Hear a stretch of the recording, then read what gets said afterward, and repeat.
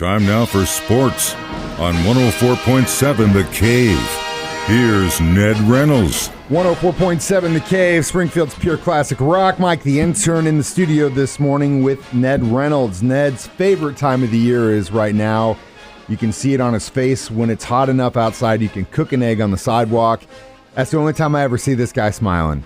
I heard you could cook one on the dashboard of your car. Yeah, now. inside your vehicle. You could actually do that as well. And this also is the time of the year where we start the countdown. Has Ned turned on his AC yet? The AC has not been on. Man, you gonna pop it on today? But the window fan has been. Well, hell yeah, you got to have something going through that house. But man, it must feel like 1815 in there. The nights are a little on the trying side, let's put it that. But hey, I love it. That's perfectly all right. And he wakes up, takes a cold shower, and he comes in here. The Elite 8 teams for college baseball's World Series is getting set. Some pretty good competition. It is great. This is the College World Series you're talking about. There are still two who are undecided. They'll be today. Stanford and Connecticut being one, and Auburn, Oregon State the other. But hey, the rest of the field is right there, and it's great local competition because Oklahoma's in it.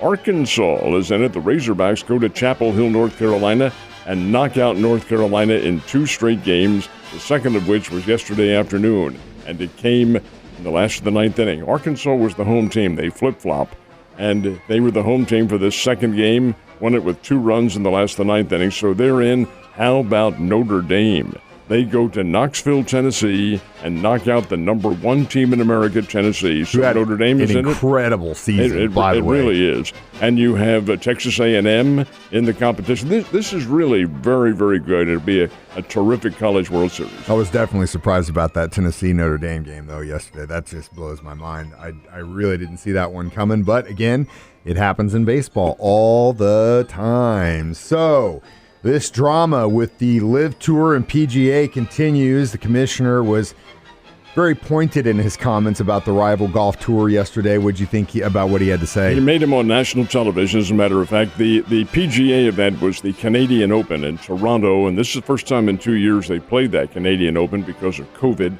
And Rory McIlroy came back and won the thing. But it was on national television.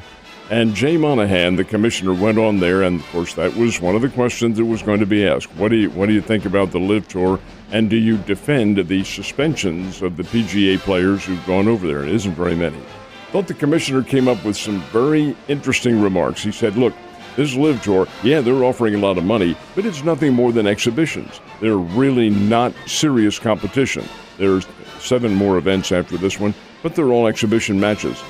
PGA has legitimate competition among the world's best golfers, but that isn't the real key statement that he made. Jay Monahan said, I love this one too. Has anyone who played the PGA Tour ever had to apologize for playing on the PGA Tour? This LIV Tour, backed by Saudi Arabia, and that's all you're hearing as well. We're doing it for other reasons. Hey, listen, gang, this is not a political comment, but their record of human rights abuses, including thank you 911,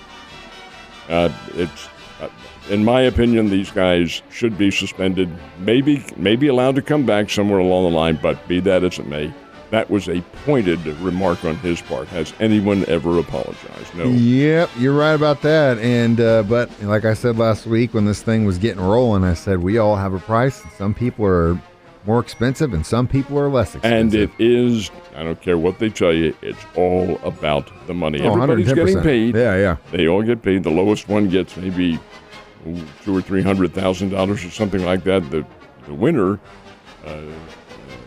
will get about $4.5 million from the tournament they played in London. But hey, if that's why you're going, if you're that mercenary, all right, so be it. 3 days of golf, $4.5 million.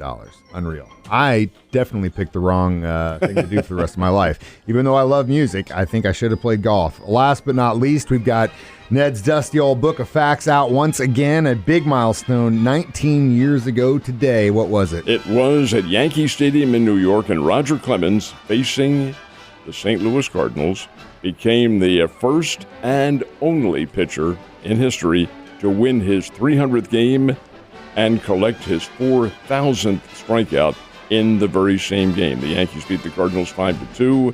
Clemens, of course, one of only 3 ever to do that. The others are Nolan Ryan and Steve Carlton. But hey, that is such an incredible and probably unbreakable mark because of the way the pitchers are used today. But 300 wins, over 300, of course, and 4,000 strikeouts, but in the same game. Incredible. So both Royals and Cardinals played yesterday. Did they get the dubs? Neither one did. Ugh. That's not good. As a matter of fact, we only had one victory of the 3 pro teams. St. Louis Cardinals, interestingly enough, they had a walk-off home run on Saturday to win 5-4, coming from behind. Tommy Edman had that one. So yesterday they have another 9th-inning 2-run homer. This one by that all-time slugger Juan Yepez. But Cincinnati was already too far ahead. 7-6, the Cincinnati Reds beat the Cardinals yesterday. Baltimore Orioles outslugged Kansas City, and this is the Royals' problem. They don't have enough pitching to stop anybody. Hitting, they can hit. But Baltimore wins by a score of 10-7. Springfield Cardinals did win in 10 innings. They got a couple of doubles and a couple of doubles and a single, and they defeated the Midland Rockhounds 7-4 in 10 innings. So now the Springfield Cardinals come home to open up a 6-game series against the Corpus Christi Hooks, and that will begin tomorrow night. Incredible stuff. Last but not least, we had some NASCAR racing over the weekend. Who got the checkered flag? Daniel Suarez, and this is interesting because this was a road race out at Sonoma, California. This was the Save Mart 300, and Suarez, who's a 30-year-old veteran NASCAR driver, but from Mexico, a little bit more accustomed to the road racing techniques than some of the others might have been, and he comes away, takes the checkered flag, and does get the win. And we have a little basketball coming up tonight, too. The Boston Celtics and the Golden State Warriors, a pivotal Game 5 in San Francisco, 8 o'clock starting time. And they are tied at 2, correct? 2 apiece. Just like I said, every time. You got that aluminum hat sitting nearby. You're a cynic. You are a cynic. I know I am. But they're making it hard proving me right, Ned. Have a great Monday, sir.